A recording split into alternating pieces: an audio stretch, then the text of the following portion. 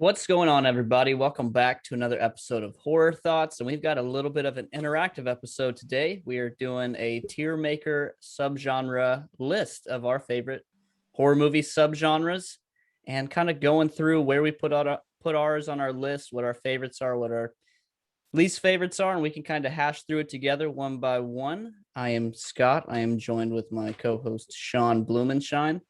And I think you're about to see two differing lists probably because me and Sean kind of have some different key tastes in horror movies, and I'm honestly really curious, Sean, to see where your top tier list and your least favorite tier list is compared to mine because I bet they're going to be very broadly different. Yeah, for sure. I'll read out the categories we got. We have torture, and as examples, it has Hostel and Saw, Splatter, I Spit on Your Grave, and Battle Royale, which I've never seen. Cannibal, which is Cannibal Holocaust, all that shit. Extreme, a Serbian film, and Necromantic.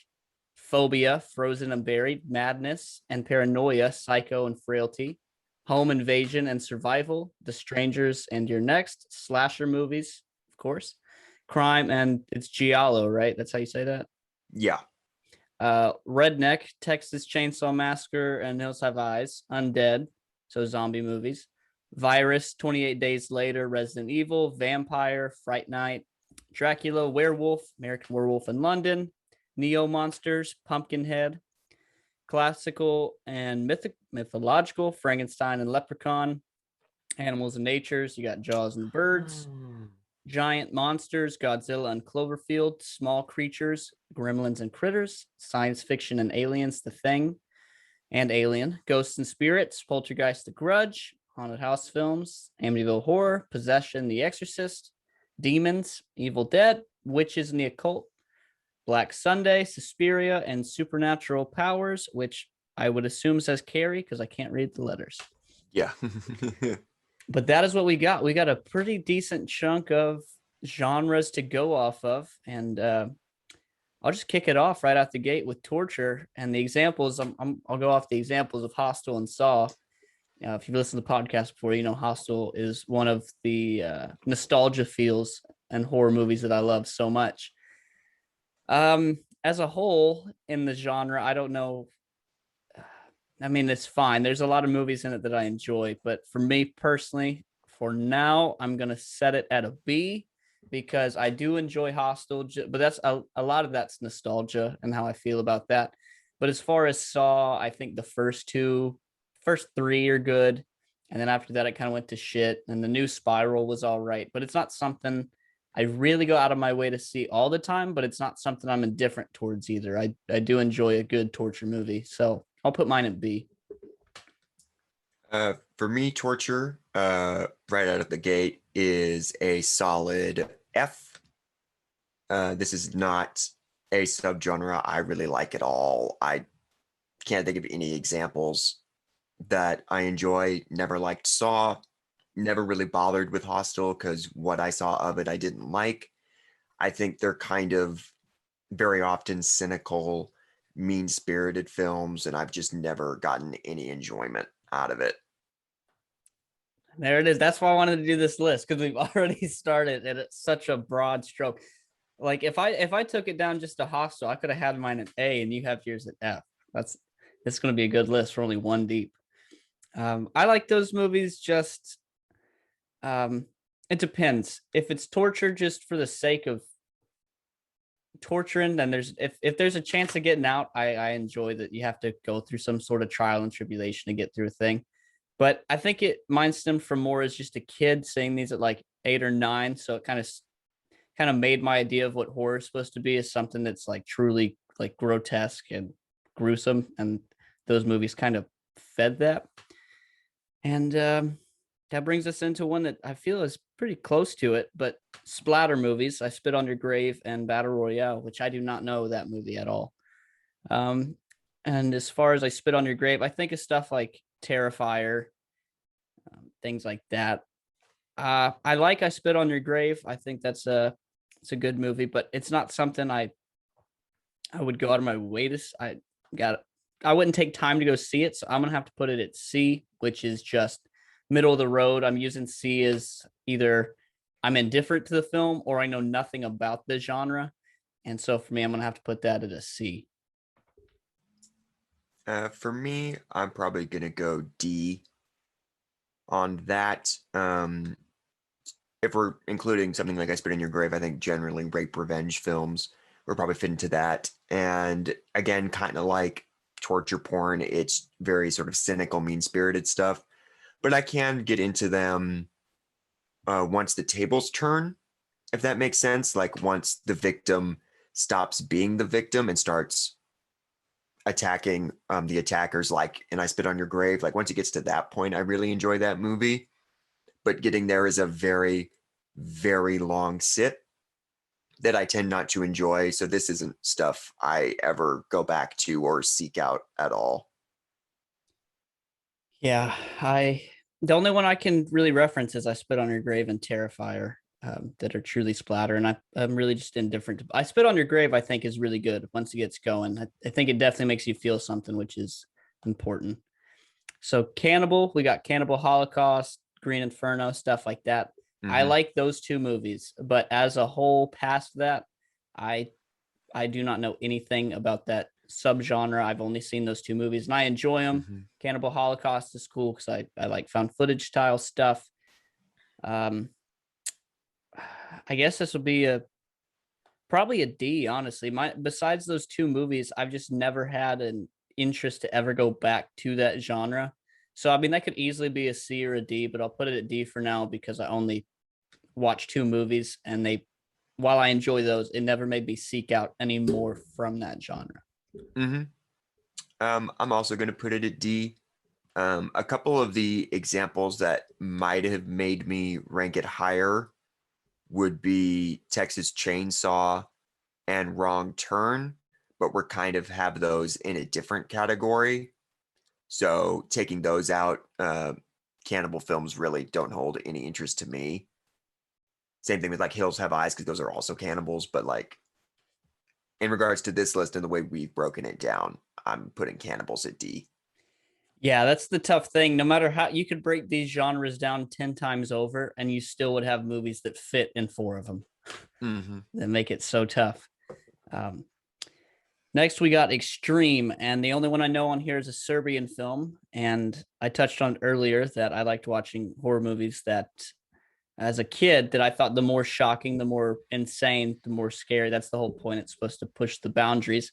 And I always heard a Serbian film was the most over the top extreme movie you could ever see. And it definitely was shocking, but it was shocking for the sake of trying to be so ridiculous. The acting and plot and everything was horrible to the point I was like, if you're trying that hard to be controversial that you don't give a shit about what's going on in your movie, if you're trying to be that extreme, then that's an F. That's just off that one title alone. You watch it and you see what they're doing and you go, that is truly disturbing and disgusting. And for me, that doesn't affect me. It's art and whatever. I can separate movie from reality, but those movies try so hard to be something completely different and disgusting and vile that there's no sort of acting, plot, purpose. It's just sick for the sake of being sick, which is what I do not like. Sure, I feel pretty similarly. I would probably put it to D, more just to do with disinterest. Like it doesn't really make me feel one way or the other. I'm not like super like, oh, this sucks, but doesn't do anything for me. So for me, that's more like a D. Let's see. Phobia. So Frozen, Buried. I'm gonna say something. They could kind of go into multiple, but I'm gonna. Would you put Cabin Fever in Phobia, or would you put that more in Virus? I would say Virus. Virus. All Yeah. right. So Phobia, I'll put it a D because I personally I don't really have any phobias or anything that Mm-hmm. freak me out. So Sure. it's not something I can relate to. Obviously, there's things I don't want, like arachnophobia. I would like to not be covered in 10,000 spiders, and I would really like to not be buried alive. But as far as something that I just sit around panicking about, I can't relate to that. So the the thought of being buried is terrifying, but it's not something I would ever think is going to happen. It doesn't freak me out or my day. So those movies really don't hold much weight for me. Yeah, and for similar reasons, I'm putting that at C. Nothing really against them, just not something I'm into or have any like particular interest in or any really knowledge about. Just not my thing. Madness and Paranoia, the two examples we got is Psycho and Frailty. And quick little story about Frailty that almost drove me into Madness and Paranoia because I swear to me and my wife have argued about this for a year. I swear to God, a year ago, we were laying in bed watching TV and I stopped on Frailty and she said, "Oh my God, that's a great movie. We need to watch it." And I said, "Not, we're watching something else, whatever." I was like, "We'll watch it." Like 2 months ago, I put it on TV and I said, "Hey, I finally watched Frailty. It's amazing." She goes, "What is that movie?" It's like, "You know, the one that you recommended with Matthew McConaughey and had the whole story." She said, "I've never heard of this movie in my life." I'm like, "Are you fucking with me? You sat and told me every time it passed on the screen, you said that's a good movie." She's like, "I never said that. I've never even heard of this movie." There's no fucking way you told me about this movie. And inevitably, we ended up watching it and we had a good time with it. So whether she's fucking with me, which I think she is, or we just watched it out of blindly, I loved that movie. Psycho has never been really my thing, especially out of Hitchcock movies. I have been meaning to watch the sequels because I have heard Psycho 2 is actually really good. I have too. I haven't watched it, but that is something I've always like surprisingly heard. Yeah, it's weird because you think of the original and then it comes out, what, 20 years later? And Yeah, it was in the 80s. Yeah, and they say it holds up. I've even seen some reviews on YouTube where people put 2 over 1. Like I've heard it's a really good movie. I'm gonna have to put that. Seeing people go mad, I kind of enjoy it. I enjoy that in a way. I'll put that at B. I like those movies. You see people go crazy, and I don't. I was that number 23. I know it's not a horror movie, but that's a movie that I really did enjoy, where you can kind of see someone going crazy, or even it's not. I wouldn't say it's obviously not madness or paranoia. It's schizophrenia, but Beautiful Mind, where that's again not a horror movie, but you can see someone where they see something going on, and then as the movie progresses, you realize that their life is 180 degrees different from what's going on. In their own head, they're living some certain world, and that there's a weird creepiness to that someone's living in their whole planet in the same reality we are. Yeah, I think I'm also going to put that at B. It is somewhat teetering on A, and I would say that is pretty much entirely because of The Shining. I would kind of put The Shining in that, even though depending on your interpretation of The Shining, it could be a lot of different things. But I love The Shining. I would kind of put that there. I like Psycho.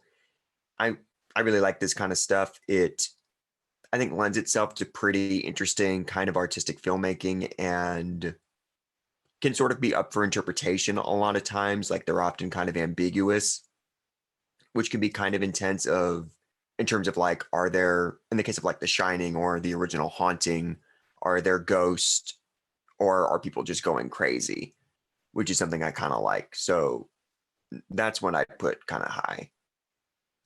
Yeah, I didn't even think about The Shining. That's true. That is like probably in my opinion, like the ultimate going into madness movie. Yeah.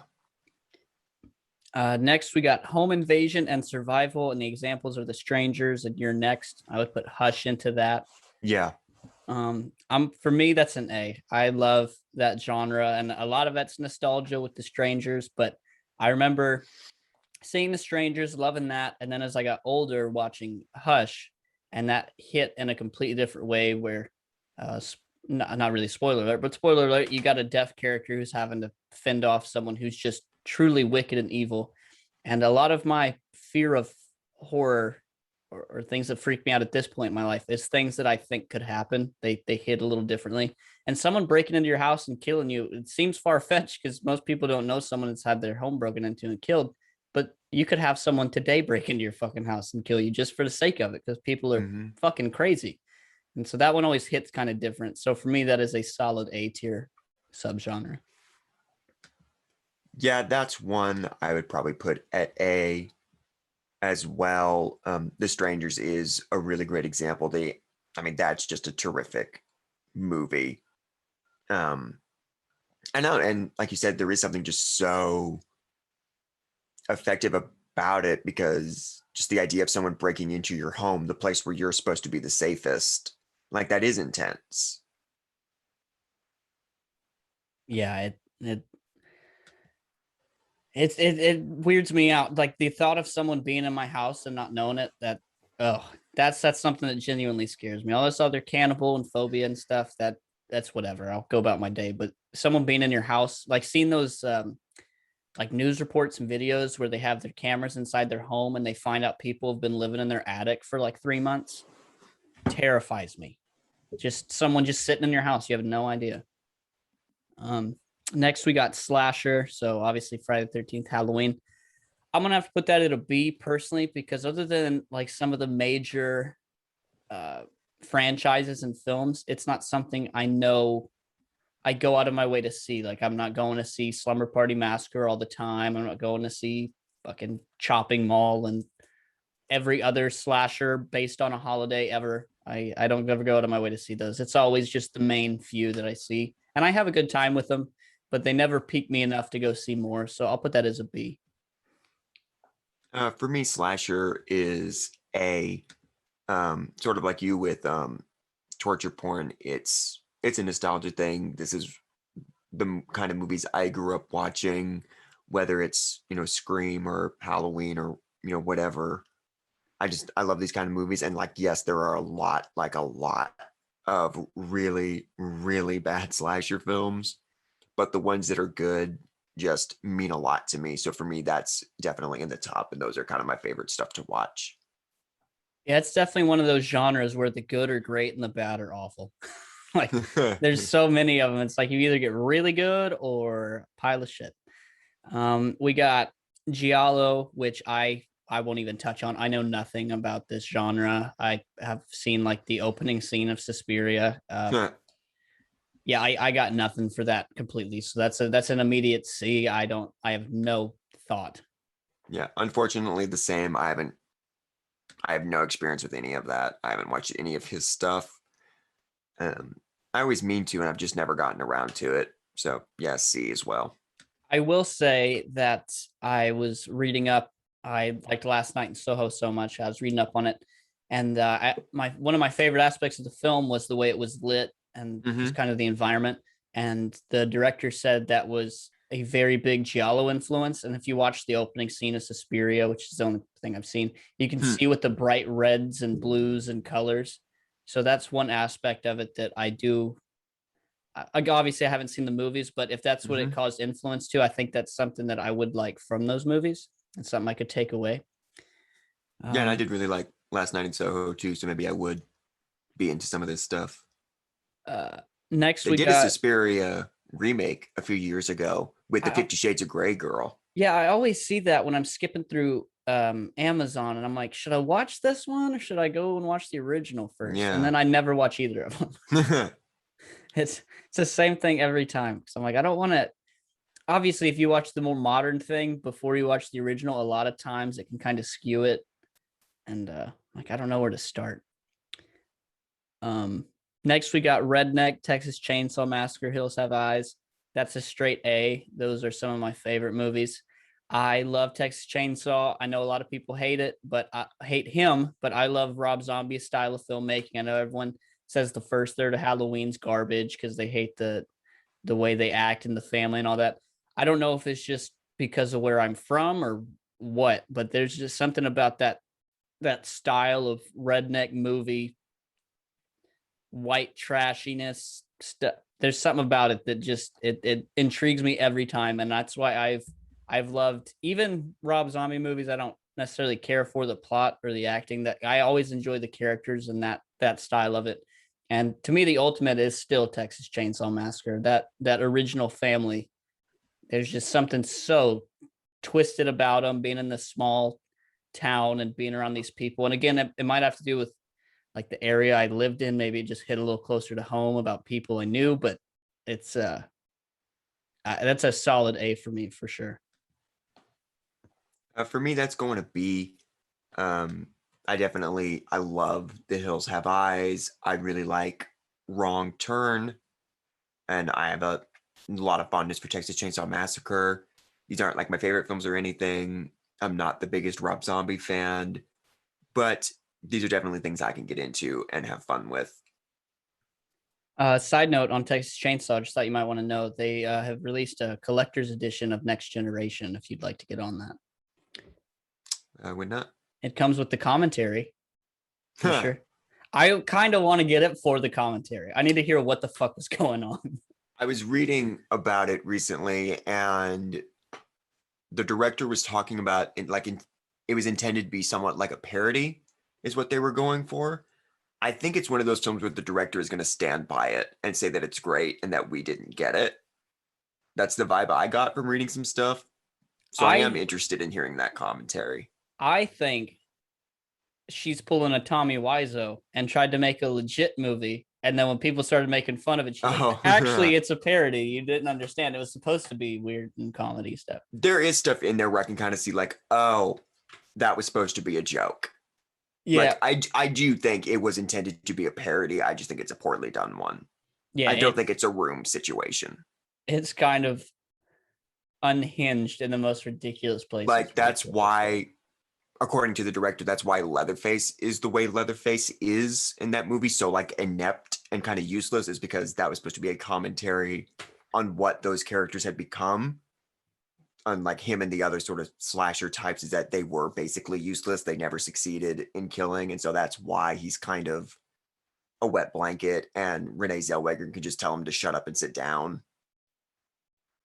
It's kind of what they were going for with that. They might get one sale on their fucking collector's edition DVD because you're selling me. I need to hear more about this now.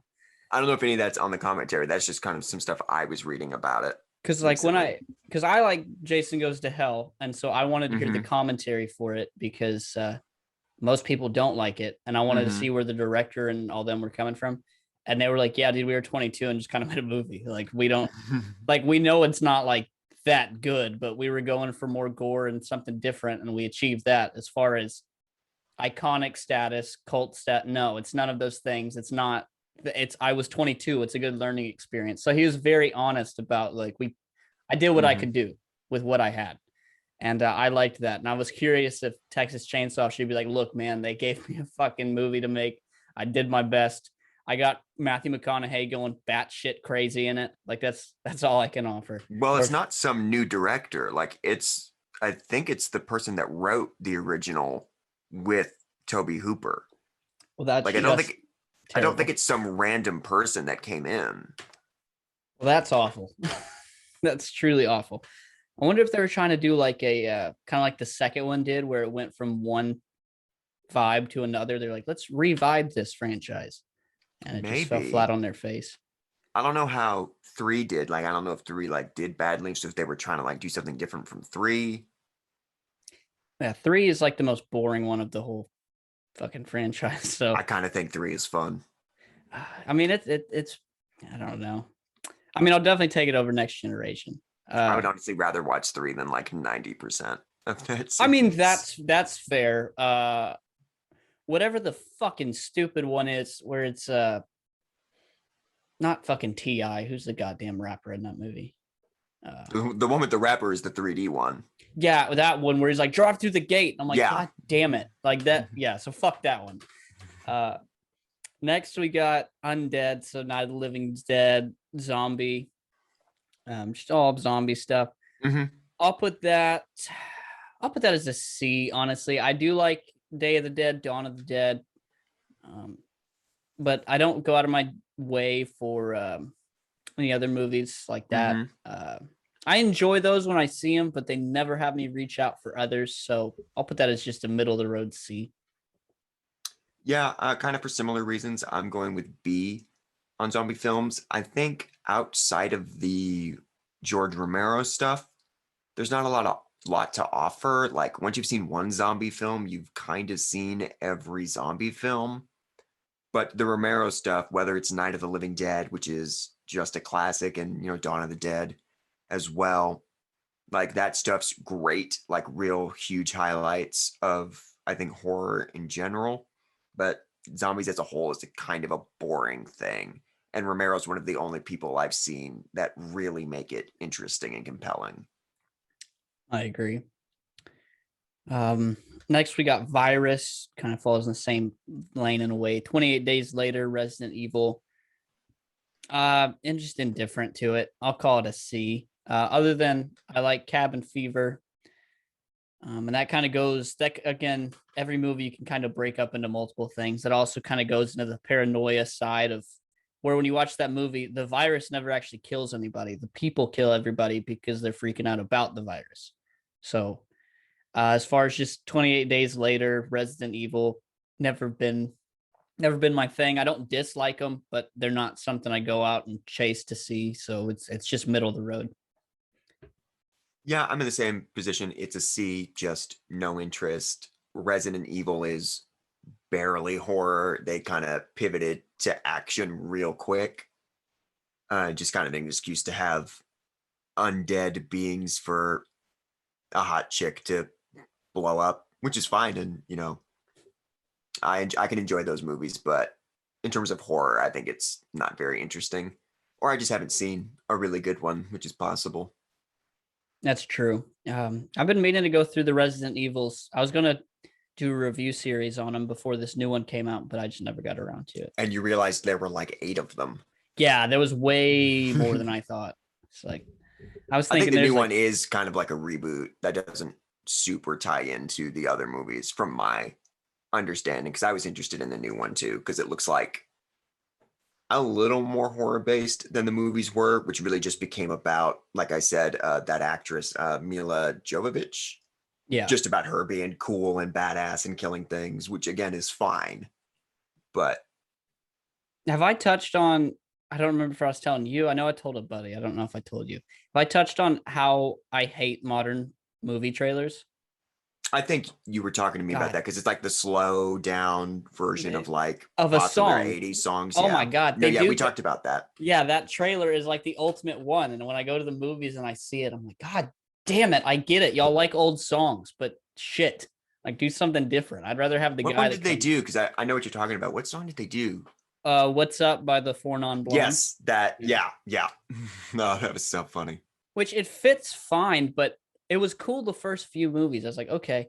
But then I go to the movies a lot, and every single trailer has a different song slowed down. Like, dude, come on. Someone do something a little different. Like, they're all copying the same vibe. Like, bring back the fucking guy who's like one man. Like, they bring that guy back. I want that guy. Something. That trailer made me laugh, the use of that song, because all it makes me think of is a scene in Brooklyn Nine-Nine where a couple of the characters are singing it like a karaoke kind of thing. So that's all that comes into my brain when I hear that song now. So it makes it kind of hard for me to take that trailer seriously. I've been meaning to. I've seen like episodes of that show. I've meant to actually sit down and watch it. I've never given it the time to just dedicate to it. But that is a good show. I love that show. I never really watch TV. I get wrapped up and doing other shit, and I end up just putting the same stuff on in the background over and over. And next we got, there's going to probably, honestly guys, there's going to be a lot of C's coming up. Next we got Vampire, Dracula, Fright Night. Now I have never seen Fright Night. I'm sure that's appalling to a lot of people. I've heard it's really good. I've been meaning to check it out, but for as of now, Vampires, I have really, just completely honest, no experience with it. It's honestly, I can't think of a vampire movie I've actually sat through and seen all the way. Like I've probably seen the original Dracula just because I own enough old movie box sets that I'm sure I've seen it, but nothing sticks out to me. Yeah, and I know you have gotten a lot of those public domain ones, you've for sure seen Nosferatu. Oh yes, silent film. I do like that movie, which is an unofficial adaptation of Dracula. Oh, well, then in that case, yeah, that got them sued by Bram Stoker's widow, but that's a whole other story. Vampires for me are going at B. I really like vampires. I think the whole mythology around them is really cool. I think there's a lot you can do with them in terms of what they represent in a story. and that can change as society changes. I just think they can often be really fun. I often like Dracula. The Lost Boys is great. That's always a go-to for me. I'm blanking on other examples, but I tend to like vampires a lot. I think they're a lot of fun. I really need to check out Fright Night. I've heard good things about it. I've just That's never... not a movie I like. No? I don't know why, but that movie just nothing. Like I didn't hate it, but one of those kind of like kind of things. Werewolf. The only experience I have with that is American Werewolf in London, and I do have a good time with that movie. But other than that, I really don't have anything. I've seen Twilight. That's the other addition I can throw into that. Just vampires and I guess werewolves. that's vampires and werewolves. Look at that. I'm Team Edward, bitch. That's why werewolves are at D and vampires at C. Yeah, werewolves. Honestly, vampires and werewolves could be C or D. I'm really indifferent, but I've never gone out of my way or gave a shit enough to see him, especially after hearing Sean touch on the one of my favorite childhood crushes, Christina Ricci, and a terrible werewolf film that I've never seen. Cursed. Yeah. Cursed. Yeah, I've seen parts of The Howling, so I'm just gonna put it as a D, but it could easily be it. I'll fucking put it next to vampires. Fuck it. It'll be a C. Okay. I'm really indifferent. Werewolves for me are at a D. I don't know why, but something about werewolves I find really, really boring. And like even the ones that are like the classic werewolf films, I haven't seen American Werewolf in London because I just am so disinterested. So that's like the one I need to see. But I saw The Howling recently actually and just thought it was kind of boring. And I think the classic, the Universal Wolfman movies are pretty boring and not as compelling as some of the other Universal stuff. I really like Ginger Snaps, which took the werewolf idea and sort of made it an analog for female puberty.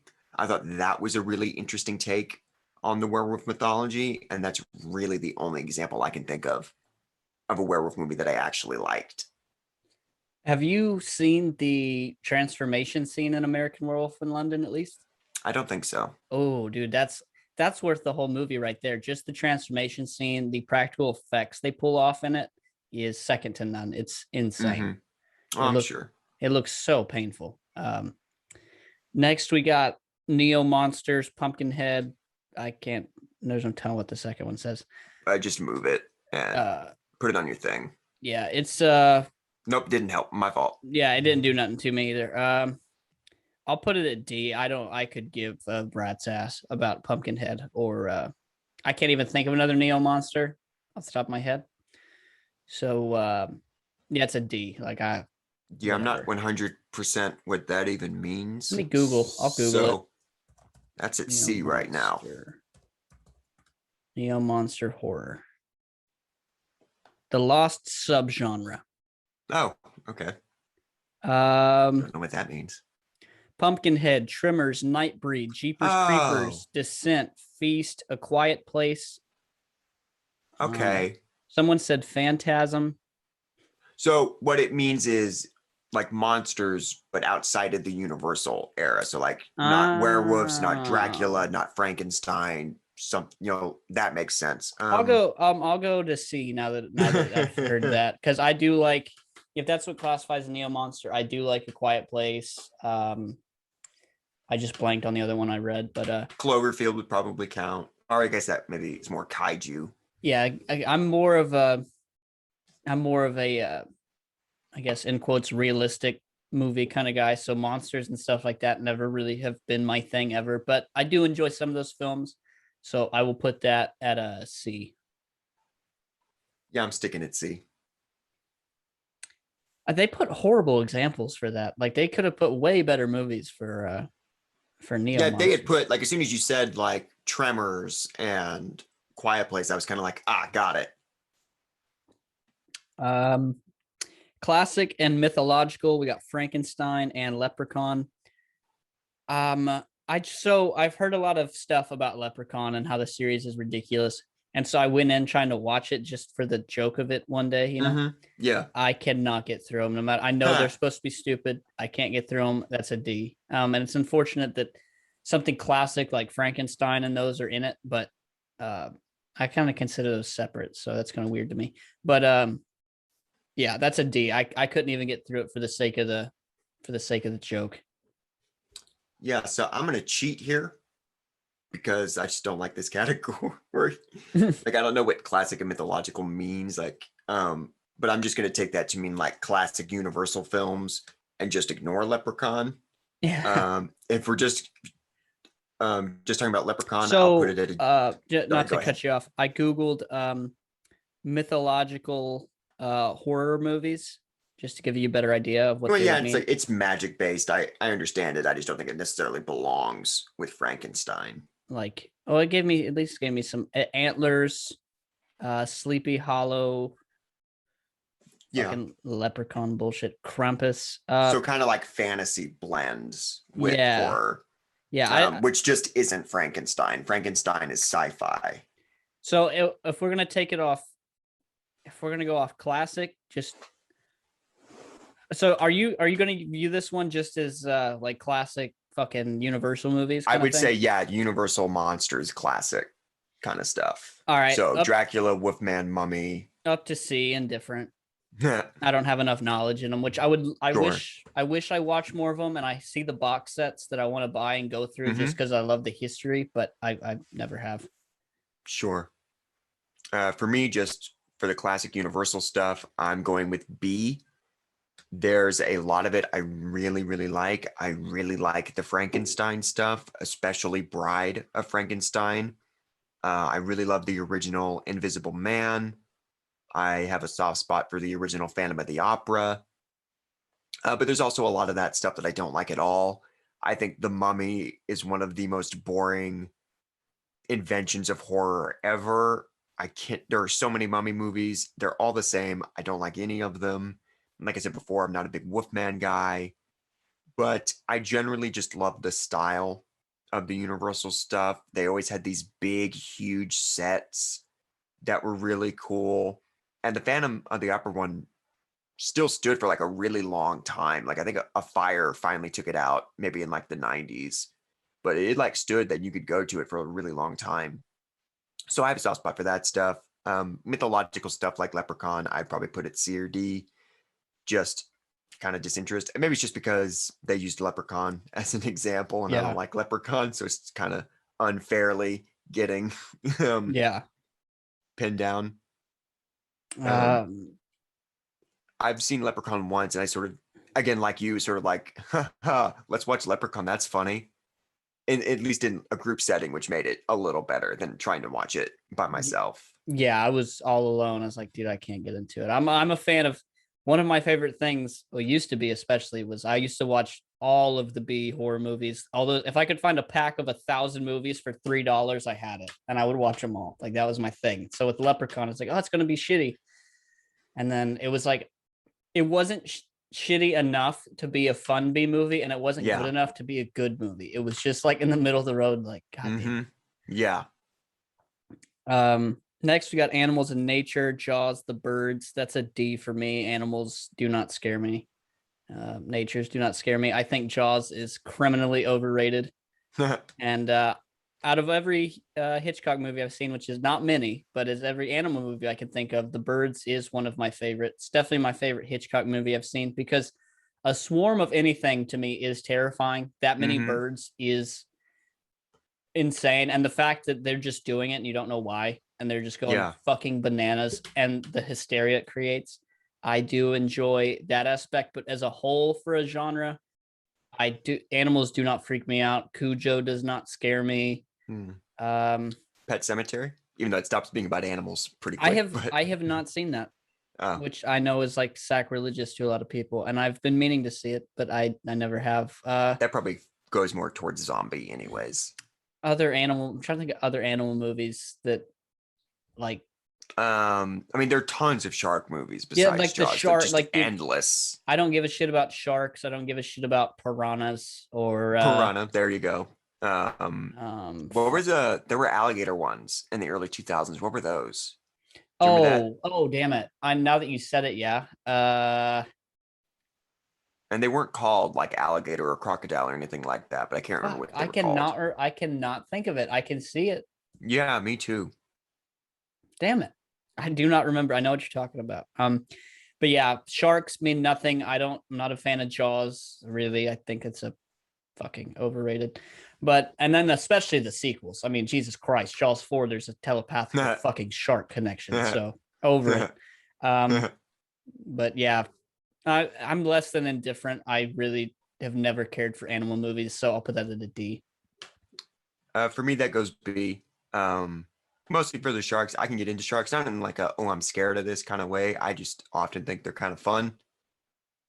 I like Jaws. Another one I like is called Bait. I think that was an Australian movie from a few years back. I agree. I think The Birds is probably my favorite Hitchcock film as well. I think that's a thing that like you say and be like, oh, it's just birds. That's not that intense. But then the movie, it is like really intense. Like when they attack that, they actually attack the town and like the gas station blows up. Like that scene is, I think, really cool. So yeah, this is something I can get into. I like sort of nature sort of turning against us. I think is a fun concept. Ooh, Birdemic. See, it was so disappointing for me whenever Sharknado came out, right? Yeah. Because B movies were my shit. Like that was my favorite thing. And then Sharknado came out and everyone's like, you seen fucking Sharknado, bro? Like it's so ridiculous. I'm like, dude, fuck y'all. I've been watching this shit for years. I had to get all hipstery and be like, sons of bitches. I've been doing this for years, being a weird kid in my room watching fucking God knows what. And then Sharknado comes out and everyone was all over it. My favorite shark movie is I saw one called Shark Exorcist, which I fully recommend to anybody. If you want a great time, go watch that movie. Some of the best acting, best plot point. You know, it's possessed shark. What more do you want? Yeah, I've never been super into like the Sharknado stuff because I've never liked the we're making a B movie on purpose thing. Yeah. Like, I don't know. That's just, it ends up being really boring. I find Sharknado to be very, very boring. The thing that makes B movies funny is that they were trying to make something good. Like to use The Room again, even though it's not a genre thing, it's like it's a drama. Is that he didn't mean that to be funny. Yeah. Like that was a straightforward, heavy drama. And it unintentionally is hysterical. Yeah. But like if he tried to be funny, I feel like that movie would end up being really dry. And it usually is. That's what Sharknado ruined for me is that before a lot of B movie the making a movie that's so bad that you watch it wasn't really a thing on purpose. And then that movie came out and then every fucking movie you see is something that's like made to be bad. So it's funny. And it's like, man, that's not why I liked them. I liked them because they were meant to be good and they were horrible. That's the fun part. Like, yeah, that's just something the internet kind of took away a little bit. Yeah. Mystery Science Theater obviously somewhat popularized watching bad movies and sort of celebrating and having fun. And then the internet and Sharknado really just sort of made it a thing where just sort of everybody does it now. Yeah. Whenever you hire big people to make shitty movies on purpose, it's like, nah, man, that's not the same. That's not what I want. I want to see, like, one of my favorites is a movie from 1972 called Stanley. And it's this dude who owns a pet snake who he's trained to kill people like a dog. And they viciously, PETA obviously was not involved. They viciously just killed like fucking 50 snakes in this movie. Like they're shooting them and burning them and like fucking, he's like clearly a white dude, but they want to make him Native American so bad. So every scene they're like, what's going on, Chief? How's it going, Red Man? But he's like as white as me. And you're like, what the fuck are y'all talking about? You got this dude just punching snakes in the face. They'll keep trying to convince me he's a fucking Indian. Like, dude, it was those kind of things. I'm like, they put their hard-earned money into that shit. And that's what they came out with. Oh, that's what I want to see. Who knew sharks were gonna take it this far? What do you think of Lake Placid? I've never seen that one. No, I just googled crocodile horror movie, and that's what came up. That's not it. Blackwater. Mm-mm.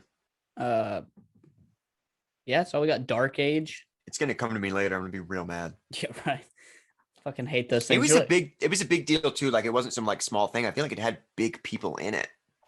The worst is when you're like driving or something 2 days later, you're like, oh shit, I remember what it is. You just shout it out. People think you're fucking crazy. They're like, why'd you just yell Lake Placid? You're like, oh, I was trying to think of it a week ago. Anaconda. There you go. So it wasn't crocodile, It was a snake. That's what I was thinking of. Anaconda, yeah. It was anaconda. That's what I was thinking of. But it was in like a swamp. I think that's why I thought crocodile. All I can remember from Anaconda in my head is there used to be this old Netflix commercial, and it was old Netflix because you could order it. It was talking about ordering the DVDs, and there was this old man with his dog watching Anaconda. So it's all I can remember that whole fucking movie. I think you could still do that. It's just nobody does. It's so crazy because I remember like when that happened, that was a thing. Like me and my buddies used to always order movies through there and be like, oh, my fucking mom ordered this for us or that, or we got, and then now like that's so irrelevant. Yeah. Next we got giant monsters, Godzilla, Cloverfield. I'd say like King Kong and shit's probably in there. Yeah. I'll put that as a D. They've never interested me whatsoever. I wouldn't even say I'm indifferent to them. I went and saw Godzilla versus Kong. I thought it was dumb. Granted, I started at that movie. I've never seen through the series. I mean, I don't have time to watch 89 movies or whatever the fuck there is between the both of them. I don't really care for them. I'm gonna put it as a D. This goes right to A for me. This is my shit. I don't really go into it. It's as sort of a horror. Like it's an interesting thing to put into horror because I just don't really look at them like that. They're more science fiction-y or even fantasy to me. But I can see sort of maybe the original Godzilla fitting into horror, but I love Godzilla. I think Godzilla is so much fun. And that series gives you a lot of different stuff where you have more serious, kind of intense ones.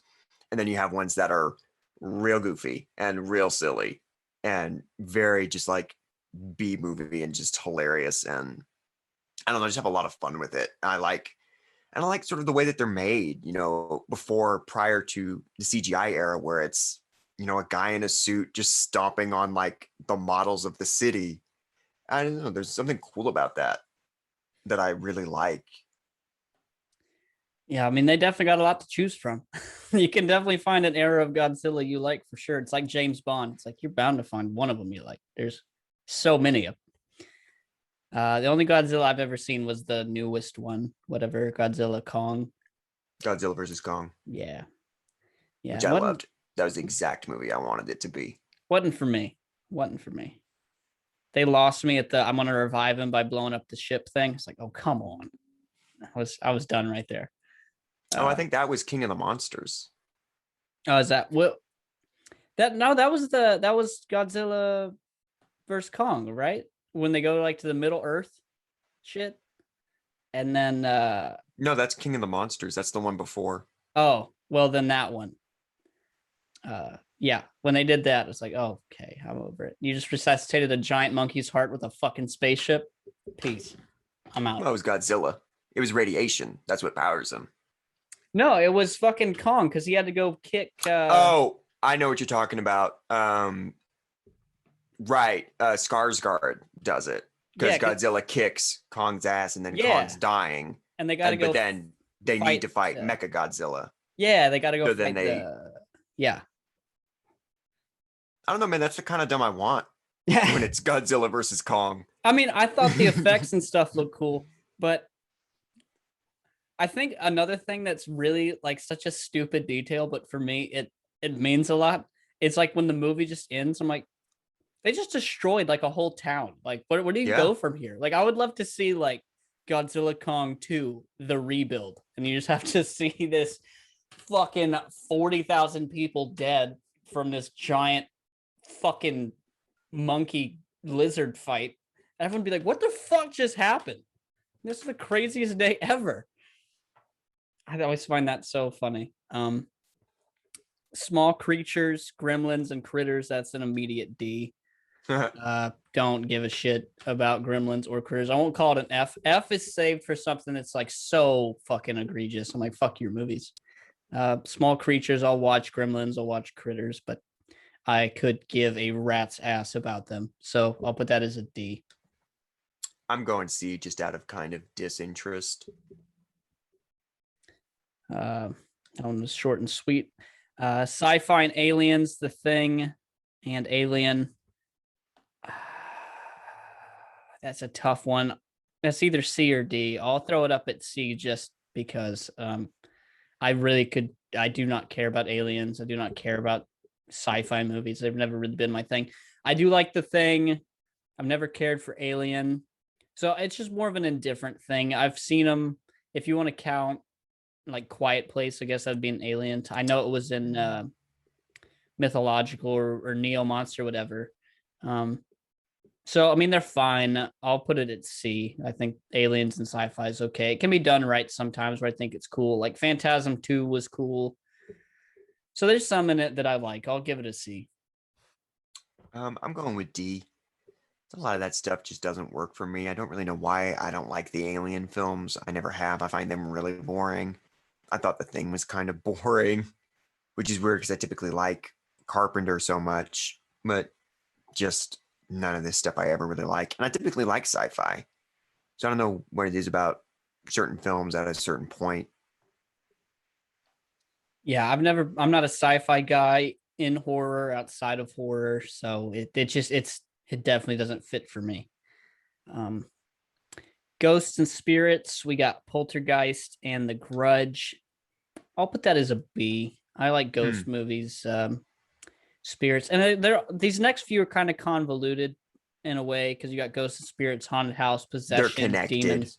Yeah, it's all obviously this is a list of subgenres. So in one big genre, it would just be fucking supernatural or whatever. This kind of breaks it up more. So in the ghosts and spirits side, I'll put it at a B. I like the Poltergeist and the Grudge. The Grudge is okay, but those ghost spirit sides, I don't mind. I'll put it as a B. It's not something I'm indifferent to. I'm going with C, just because I am somewhat indifferent. Don't really like Poltergeist. Never really saw The Grudge. I like The Ring, or the Japanese Ring. I haven't seen the American one in a long time, but I like the Japanese Ring. And I don't know, just kind of disinterest for the most part. I'm gonna move mine down to C now that I looked at the other titles on the other subgenres. After I said The Ring. Yeah, you brought up The Ring. I was like, yeah, you're right. B was like too generous. Next, we got Haunted House, The Haunting, Amityville Horror. I would say like The Haunting in Connecticut made me think of a haunted house movie. I'll put that as a B. I do like Amityville Horror and the weird kind of vibe house idea where you don't know what's going on. You don't know if it's the house. Is it a ghost? Is it a whatever? I think they did a funny job in Scary Movie making fun of it. So Scary Movie 2. So I'll put it as a B. I like the haunted house vibe. For Scary Movie 2. Yeah. It's obviously one of those things where immediately you're like, just get out the fucking house, you know? And then they find out later, like, it's not connected to the house, it's connected to her. You're like, well, I would have found that out later, but I wouldn't have been in the house to figure that shit out. I would have been gone like a motherfucker. But I'll put it at B. I like was reading Amityville Horror. I really do like the original.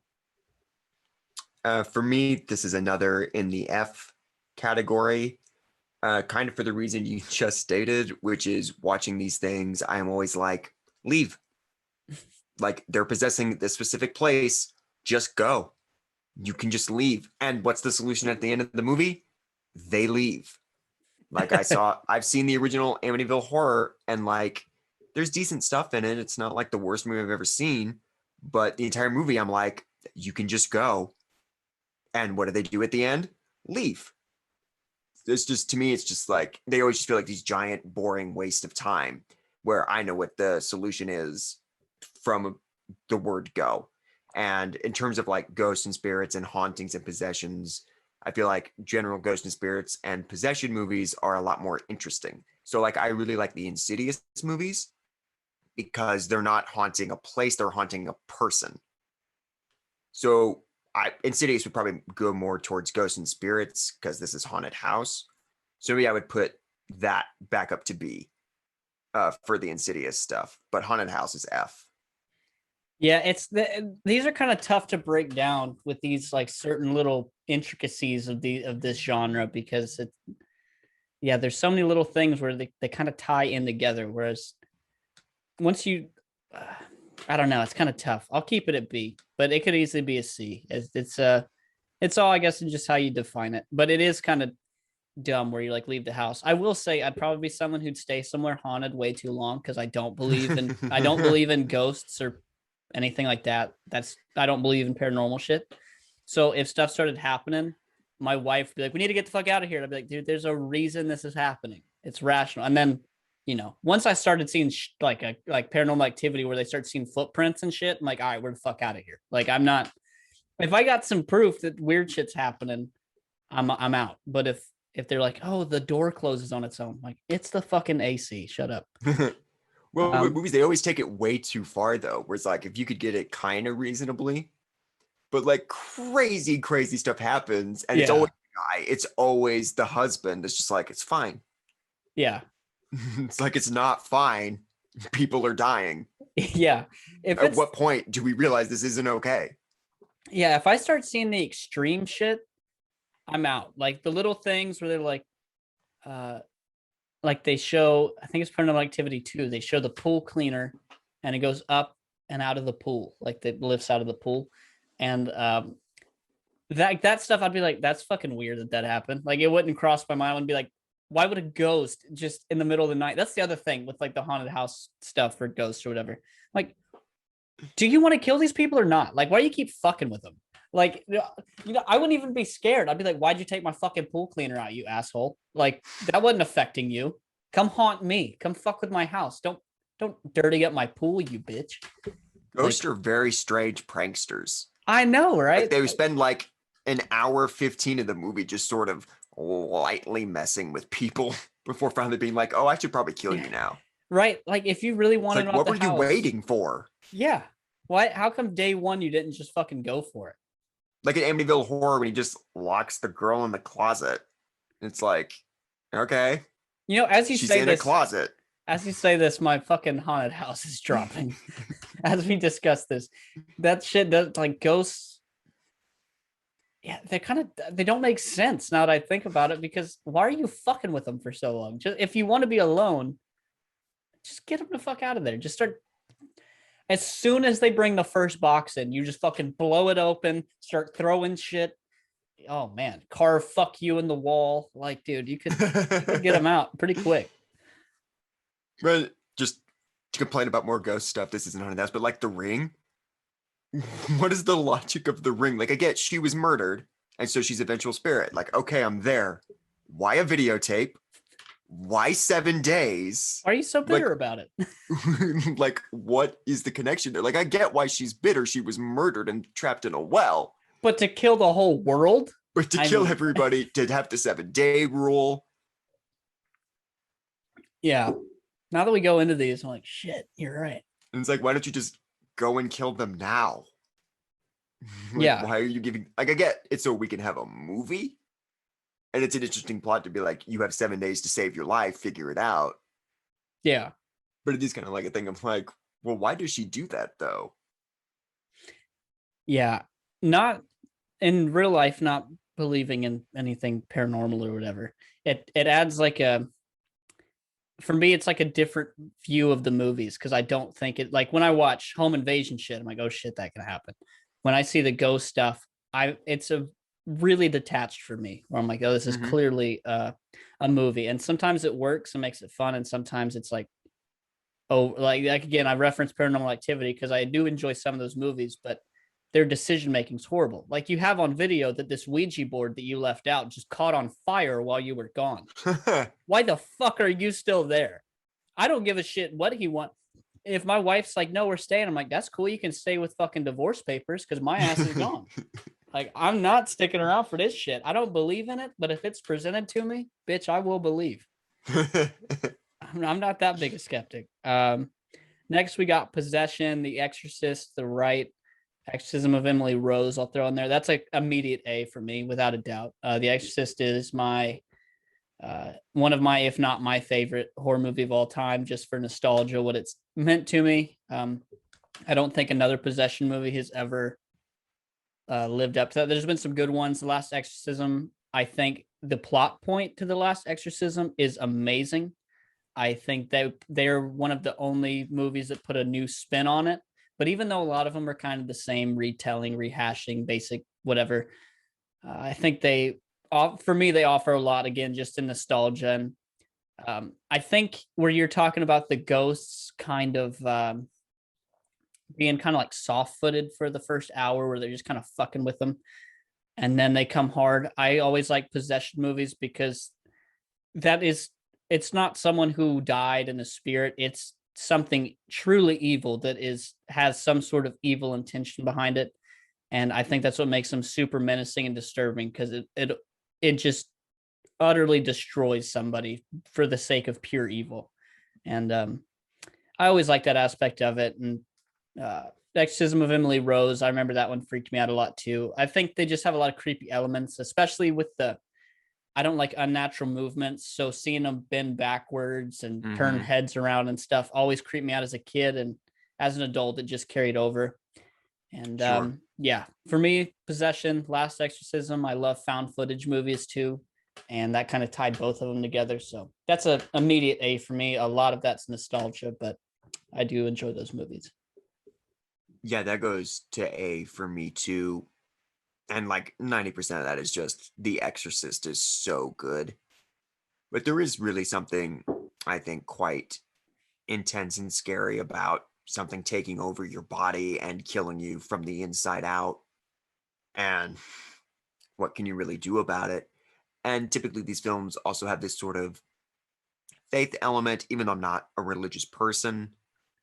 It is always interesting because the heroes in these films are always not religious as well. Like her mom, they're completely blanking on their names. Reagan's mom in The Exorcist, she isn't religious, but she has to confront that her daughter is possessed by a demon and get to the point where she has to call priests Yeah. and they have to do an exorcism. And even the priests are like, this isn't a thing we do. Yeah, well, even the one of the big plot points in Exorcist is Father Karras. The whole movie is battling with, I don't believe in the church anymore. And so Yeah. now, as he's not believing in the church, he has to face this demon, and that's why at the end he finally accepts it and brings it in. And like that's always a good point that you brought up. Interesting point that a lot of times it is people who are non-believers who are like we were talking about what we hate in the haunted house ghost movies is that they're skeptics and they just stick around. These people are confronted with the fucking devil, essentially. Like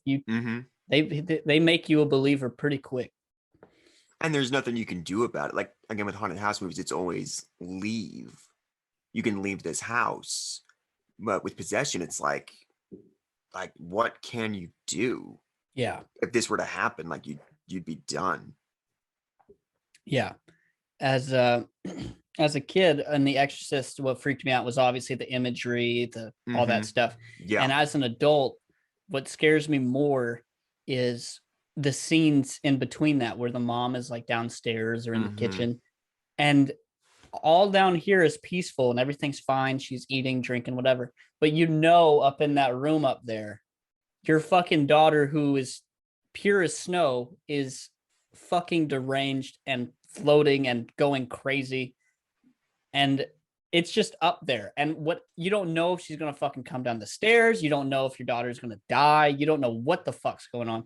And that side as a parent seems like it would just be fucking brutal, because you love your kid, but you are definitely seeing the absolute worst of anything. And like that element to possession movies adds a whole different aspect to me, where yeah, the imagery is creepy, but having to be someone, because you love that person, you don't want to let them go, but you're also confronted with the most terrifying thing possible, which is a fucking demon.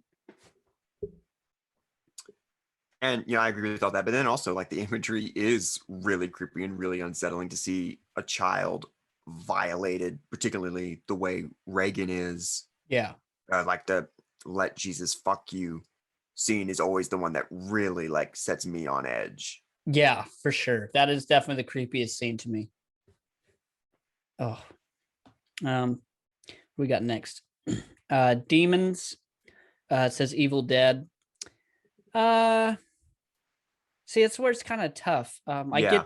I guess I see the difference, but not too. I'll just have to put it as a C because I'm just going off the example here. Evil Dead. I like Evil Dead. It's not something that blows my hair back, but I do enjoy the first one for sure.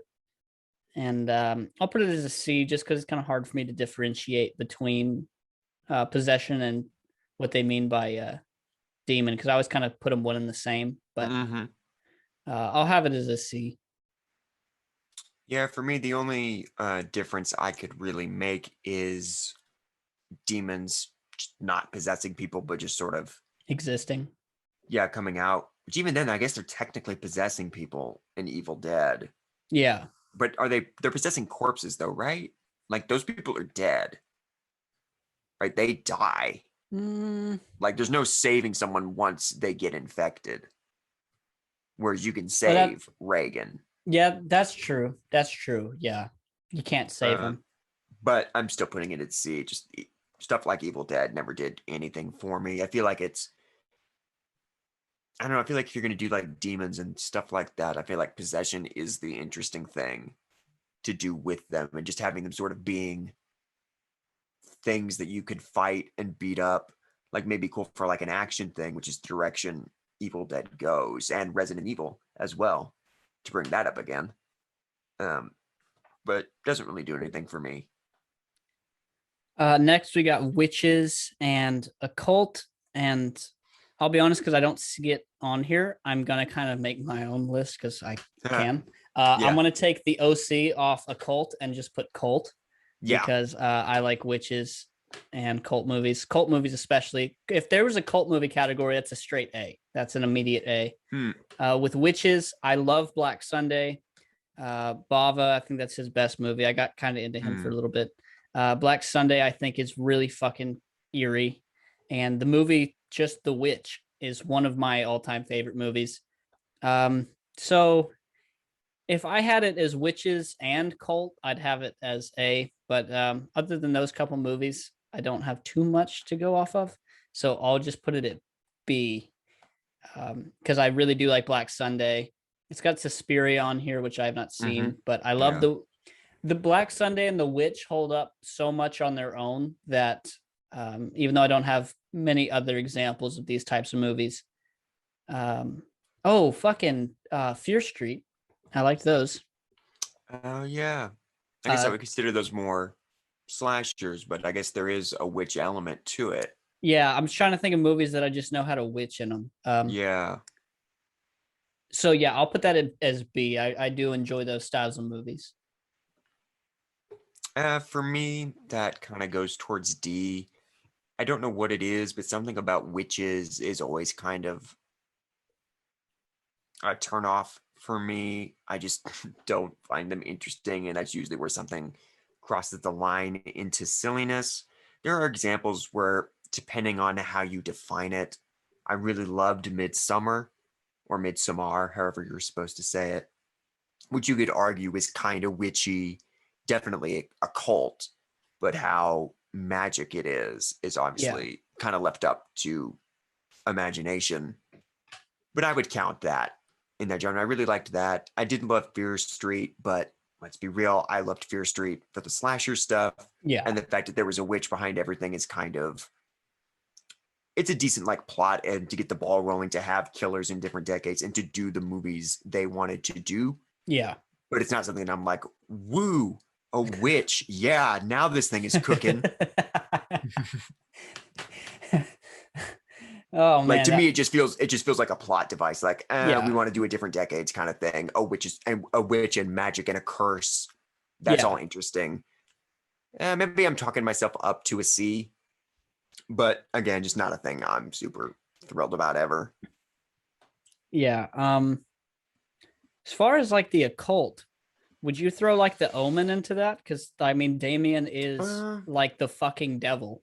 Maybe that goes more into demons, that demons Maybe, category we were talking about, maybe because that's so. not a possession thing. He's just the child of the devil. That's But yeah, true. I could see it also being kind of a culty as well. Again, it's kind of tied. Like demons and black magic are always hand in hand. I mean, literally in the Omen 3, the final conflict, uh, fucking revelations happens, and Yeah. whether you're religious or not, fucking Jesus, he's coming back. And then they make a fourth one, and I'm like, hey man, whether you're religious or not, if Jesus came back and you're going with that plot point, it's over. Like the world's over. You can't just come back with a fourth one. I don't know Fun that. fact, Omen 4 is directed by the guy that directed Halloween 5.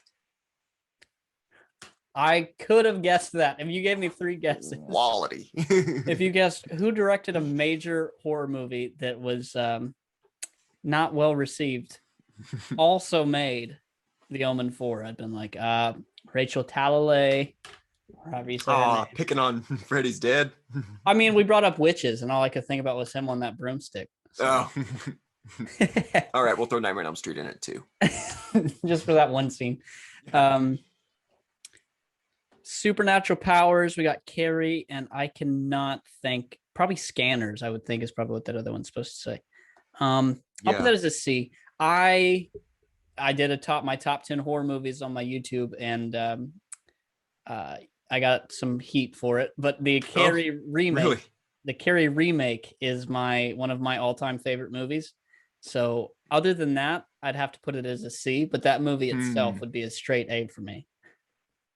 Yeah. God, Carrie is the thing that really sort of like makes me want to put it today, because I love, particularly, I enjoyed that remake, but I'm more of a fan of the De Palma film and the original King novel.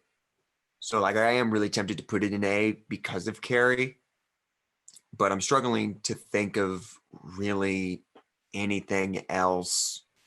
Yeah. Maybe like psychic kind of stuff, but I'm sort of struggling to think of what that would entail. The New Blood. Yeah. And again, I can think where like it sort of comes into other genres, which is again another sort of thing we're running into, is that there's so much genre blending in horror where things are kind of more than one thing. I might go B, just because I can't think of anything other than Carrie, but Carrie really makes me want to put it in A, because Carrie's great. Well, that's the subgenres. Is there any that you feel got left out that you think should be thrown in there that we didn't see? Some subgenres that you like? God, we went through like 30. I don't know. I don't know. I can't think of anything else. I feel like we kind of covered a lot of stuff. Let me look at this over here if my computer will work. Well, we had another list open, and there was something called cosmic horror. Neither of us really had much of a base for that, which is I think why we didn't do this. A lot of it's like I in my head I think like Mandy. Yes, cosmic horror. It's called Lovecraftian horror. Let's see. Okay. What some examples are. Haunted Palace, Outer Limits, Dark Intruder, fucking what the fuck? Picnic at Hanging Rock, Reanimator. I do like Reanimator. Evil Dead, they called it. Huh. The Mouth of Madness, In the Mouth of Madness by John Carpenter. Oh. The Mist. Okay. The Lighthouse. Where does the fog go? Because I love the fog. Does the fog count? I mean, we can make it count. Whichever one counts for the fog, that gets ranked up higher than it already was. I'm not sure how I would describe the fog. Yeah. Mandy. Yeah. A Cure for Wellness. So it's just those kind of like, I don't know how you describe it. It's like let's see, the horror of the unknowable and incomprehensible. That's what the name of the genre is. That's Okay. yeah. That'd be a C, I guess. I don't really give a shit. Yeah. And then there's body horror, things like The Fly, Yeah. which again just sort of like Let's see if there's one that's not on here is like horror comedies. Where'd you put that? Oh, I mean, I can think of like a couple of really good examples, depending on what your definition of that is. But typically, I think those end up being real bad and real, to use a hip, youthful term, cringe. Yeah. I probably have it as a B just because I have a lot of nostalgia with the scary movies. Sure. I know and those just don't hold up for me. We touched on it a little earlier, but it isn't its own category. So I'll just say cults, just cults in general by themselves. Where would you put that? Like Wicker Man? Pretty low. Midsummer is about the one where I'd be like, yay, that's good. But cults are something I tend to find very silly and very goofy. And part of that might just be PTSD from hating Halloween 6 so much. But whenever I see cults, I'm just like, no. Like I'm immediately like, get out. Mine would be an A personally. I find cults truly disturbing. Like to see someone so charismatic and people that are so simple-minded or influenceable, and that's a fucking word, that would just do these things where from the outside looking in, you're like, what the fuck are you doing? But from the inside, they don't know it's weird at all. That stuff fucks me up. It's terrifying. And I think if there were more horror movies that were like kind of more like real life cults, sort of like Midsummer and Wicker Man, as you said, where it's a more psychological kind of thing. But very often in movies, cults immediately turn to magic and witchcraft. And I think maybe that's what turns me off. Have you seen when the witch element comes in? Have you seen Sacrament? No. You should check that one out. That's like a really modern cult movie that doesn't play into the witch. It just plays into the true psychology of a fucking cult leader, just a madman. And it's really good. I have a good time with it. Which ties me into another one. It's not really a subgenre. I guess it's more of a style. But found footage. Where do you land with that? F? Not a fan. Hate found footage. I think it's I don't know why, but it bores me. I'm an A. That's why I love found footage movies when they're done well. There's obviously a lot of them that are horrible, but I had a good time with the original Blair Witch. The idea of Paranormal Activity I liked because that almost felt like my generation's Blair Witch in a way. That's how I felt about it. I love found footage movies and the way they're done. I feel like there was a huge period of time from like 2009 to 2014 or 15 where they overplayed them a lot, but as a whole I definitely enjoy that. I'm trying to think of I can't really think of any other genres or styles. It's kind of where I'm at with it. I think we covered plenty. You got any horror news? No, actually I don't. Not a lot going on. No, I don't got anything either. Nothing really really popping off. Just there's going to be a lot coming out in January and February, but we've already touched on them. So yeah, as there typically is, that's kind of just a big dumping ground. Yeah. And the TV series that started, I assume, are still going. Just not watching any of them. Yeah, I have just not like seen... Chucky, and I Know What You Did Last Summer, and I think there was like a Dawn of the Dead one too.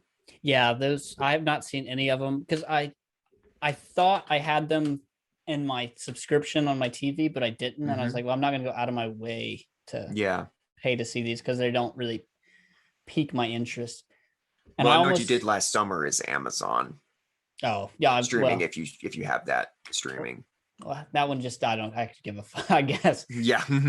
The one I'd have most interest in would be the Chucky one or the Dawn of the Dead or Day of the Dead, whatever it was. Yeah, I don't really have any news. Nothing new coming up that I can think of. No. Yeah. I mean, we'll get home releases of some of this year's stuff pretty soon. Like how we talked about Halloween Kills getting an extended cut. I'm sure Last Night in Soho will get a physical release and be on streaming soon. Oh, it's streaming right now. Oh, okay. Well, then it will get a physical release soon and is already streaming. Yeah, I can't wait for the physical release. I hope they do that steelbook, whatever they call it, steel The case. Steelbook. Yeah, steelbook. Yeah. I'm not a. So That I are always love. exclusive at Best Buy. Yeah, I love DVDs. I don't have Mhm. Blu-rays, but I'm never someone who buys like, oh, this is a limited edition cover release thing of this Sure. movie. But that's one that I would get for sure. Mm. Because I definitely love that movie. And one they weirdly don't have a good edition of, and it kind of blows my mind. They have the version you've never seen before, but it's The Exorcist. They've never done like a cool steelbook anything Oh. exclusive release. You either get the original or you get the director's cut. But there's nothing special to it. And it always Yeah. weirds me out. I'm like, one of the biggest movies. They got a fucking collector's That's edition of true. Next Generation, but they don't got a collector's edition of The Exorcist. That's interesting. I didn't know that. No, they've never Because made it. I have the Exorcist box set, which has both cuts. Yeah. They Um, they've never done like a big collector's. You remember like when That's Friday the weird. 13th did that big box release and Yeah. all that. Exorcist has never done anything like that. That's so weird. Like I get not doing necessarily a box set and doing like a ton of crazy stuff for Yeah. the others. But you think the first one would get some, like, there's no way that movie isn't in the Criterion collection, which always get really nice releases. Yeah, if someone listening knows of one, because I've looked, if you know of one, send it my way because I would love to have it. But I even never seen one. They have I'd want one with effort though, because Yeah. like frankly, as someone that really likes physical releases, I buy Blu-rays and 4Ks for the sake of the quality, but I imagine because they don't sell the way that they used to, they don't put a lot of effort into them. I got the Scream one that just came out. They did a big 25th anniversary one. It's a cool steelbook cover, but in terms of like extra stuff or going the extra mile, they really did nothing. There's like an 8-minute featurette that's new, and everything else was on previous releases. Yeah, which is odd. I'm the same. I love having physical copies. I love DVDs. That's usually how I go. I end up buying them, and a lot of the times it ends up being cheaper because a lot of the movies I want to watch you have to rent. Like I was reviewing the Phantasm series, and I don't care too much, and a lot of them I had to rent, and it was going to be like $2 a movie, so that's $10 plus tax, so let's say $13 to rent all of them, or I could have bought the 5-movie series for $9. It's like, I'll just fucking buy that and watch it on DVD. So I like having physical copies. I never got into the Blu-ray thing. I think it's just because I have so many DVDs that I couldn't justify growing that aspect of it. And for me, the way I sort of justified it, unless there was something nice about the DVD, like either a special feature element or something about the packaging, for me, it was usually just a replacement. Yeah.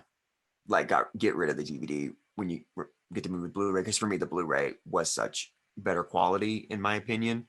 I know for some people it wasn't enough of a jump like VHS to DVD was, but for me it sort of was. And even just packaging, I like the packaging of Blu-rays better. DVDs feel real cheap to me.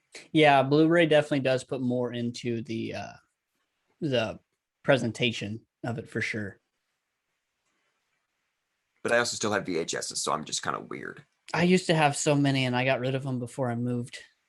Because they're just there to sit on the shelf. I don't watch. There are some, because there's some stuff that just hasn't been released. Yeah. On DVD or Blu-ray, which is always interesting, but I very rarely watch it because it's the worst possible way to watch a movie. Like I'm nostalgic about it. Yeah. Because that's how I watched stuff growing up. Same. But this sort of thing was like, I remember I always wanted one of those speed rewinders that was separate from I never had one, so I just had to sit there and fucking put it in my VHS and it just slowly rewinds. Like, god damn it. I need to find a Laserdisc player because I have a handful of Laserdiscs just sort of for fun and collecting, but I've never actually like watched a Laserdisc. Yeah. Because it's the most like it's so obvious why that thing failed, like having to flip over a movie. Like, yeah. Just an obvious, like, that's why that didn't sell. And they're so big and Yeah, like they're huge. inconvenient. But I They're still want to huge. know, like, see what the quality's like. Because supposedly some people have said that they were better quality than DVD, like picture wise. It's just DVDs were smaller and you could fit the whole movie on a disc. I'm gonna say they're blowing smoke. I'm gonna say that's a lie. Just based off time period and technology. I'm gonna say that can't be true. That's got to be some Laserdisc nostalgia guy. It's actually, but that's like the 5 people on Earth that are nostalgic yeah, about like laser no, discs. I love vinyls. I love what comes with them. I love the Mhm. white noise and crackling sounds and all Yeah. that nostalgia. But you're fucking high if you say that a record doesn't sounds way better than a fucking digital download that's been remastered. It's like no way. Yeah. If you're talking about just you might have feelings towards this other one that makes you But in impartial. that case, at least it's like it's different. Yeah. You know, like it playing a record through a vinyl, like it has kind of a personality of its own. Yeah. Where you can argue like there is a practical use to this. This is a different kind of way to listen to stuff. Yeah. With movies, I don't know, I just don't feel the same way. Yeah. Like if I try to watch like Halloween on VHS, it'd be like, well, I could watch it in like a dumb square where a lot of the frame is cut off and there's a bunch of like lines or whatever, and the colors are gone. Or I could watch it in like pristine quality. See, that's the one thing I think why I just never cared about Blu-rays or 4Ks or anything is it's never mattered to me. Like when they show like Halloween and 4K and they show the original versus the new and the different colors, I'm like, I don't give a shit. Like I don't. The movie's still the same to me. Like it doesn't. It's never had any sort of effect on me personally. For me, it really does. Like the visual element of a movie is always really important, and I'm always very judgmental when I think a current remaster isn't very good or is just different Yeah. than what I'm used to, because the colors on the 4K of Halloween are very muted in comparison to older releases, and I'm still having a hard time getting used to that. Yeah, I like, for me, just the way I am, I like to see things at their original basis. So like I want to see if I'm going to watch, let's just say Halloween because we're referencing it. Yeah. If I'm going to watch that movie, I want to see it exactly how it looked when it came out. I don't want to see an updated version. Personally, I like to see the original of everything, even if it's grainy and shitty. And they're like, but this one's well lit and retouched. I'm like, I don't care. I don't want to see it like that for me. And I do think it was either the 35th anniversary Blu-ray that has then kind of been released ever since, including the 4K upgrade. They had Dean Cundy, the cinematographer, come in and be like, this is what it was supposed to look like. So sometimes films, they do that, but oftentimes it is somebody just trying to make it look like a modern film. Yeah. And it's like, you have missed the point of this entirely. Yeah. If I'm watching, I need a movie made in 1978 to feel like it's made in 1978.